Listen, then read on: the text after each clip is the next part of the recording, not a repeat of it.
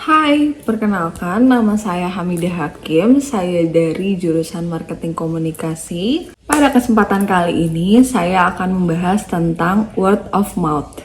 Pemasaran adalah salah satu kegiatan menciptakan, mengkomunikasikan, serta menawarkan produk kepada pelanggan. Pemasaran dimulai dari menjawab kebutuhan manusia yang nantinya dapat berubah menjadi keinginan manusia. Dengan adanya aktivitas pemasaran, juga dapat mempercepat aktivitas dari produsen atau distributor sampai ke pelanggan.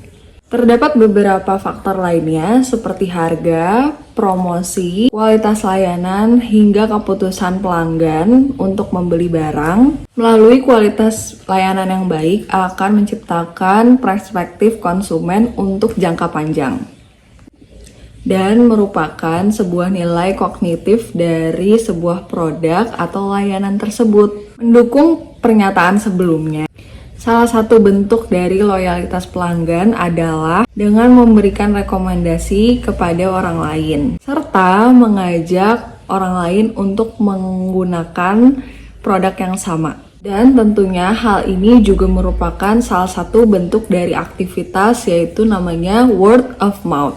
Dari produk ataupun layanan yang dijadikan sebuah bahan perbincangan tentu akan membuat pelanggan lain tertarik dan juga dapat menunjang dari bisnis perusahaan. Menurut Cernovich, terdapat dua jenis word of mouth. Yang pertama adalah organic word of mouth.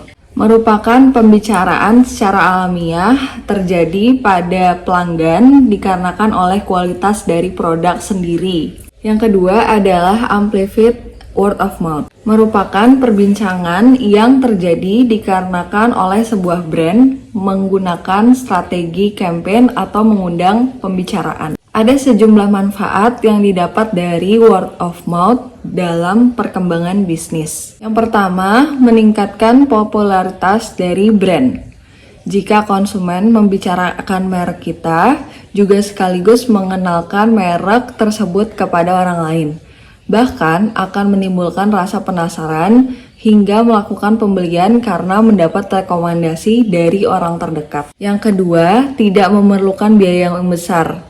Dalam word of mouth, kita sebagai pemasar tidak memerlukan biaya yang besar karena audiens akan bercerita secara sukarela kepada orang lain ketika mendapat pengalaman positif dari suatu produk atau layanan. Ketiga, meningkatkan kepercayaan. Karena mendapat pengalaman yang positif, pengguna juga merasa puas dalam menggunakan produk atau layanan dari suatu merek.